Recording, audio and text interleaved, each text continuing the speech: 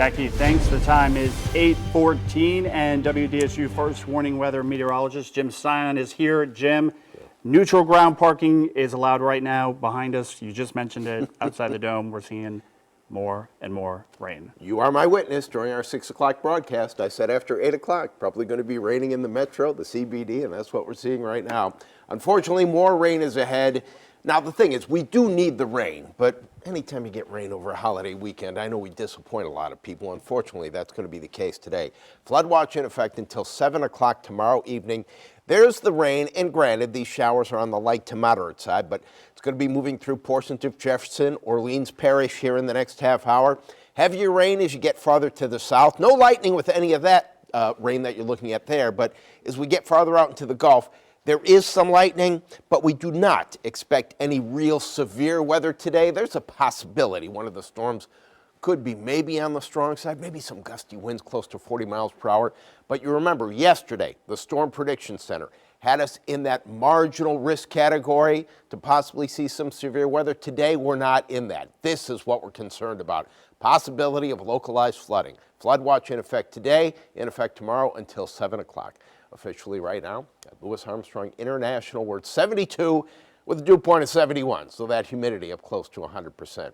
There is so much going on weather-wise on our current surface map and satellite view. We're tracking this rain in the Gulf that'll be moving into Louisiana later on this morning and this afternoon.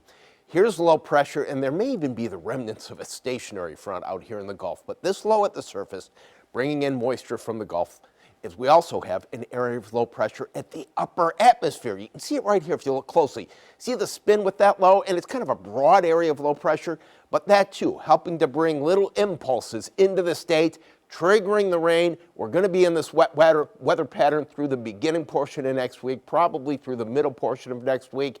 But the computer models are having a very tough time figuring this all out, because I showed you there's so much going on at the surface and at the upper levels. This gives us a general idea. By the noon hour, we expect the showers to get more numerous, especially from the metro southward.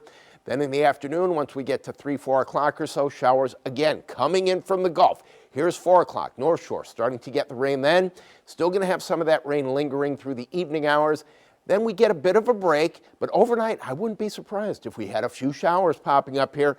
And then by about the noon hour on Monday, showers getting more numerous, our chance for rain today and tomorrow at 80%, and that flood watch is in effect both days.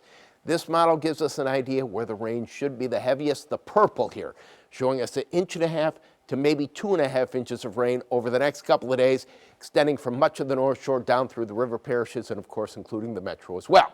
So numerous showers and thunderstorms with heavy rain possible today. Weather impact day with that flood watch in effect. Tonight, I think the showers should be wrapping up by about 8 o'clock or so, but then overnight, a few more possibly coming in or developing on top of us.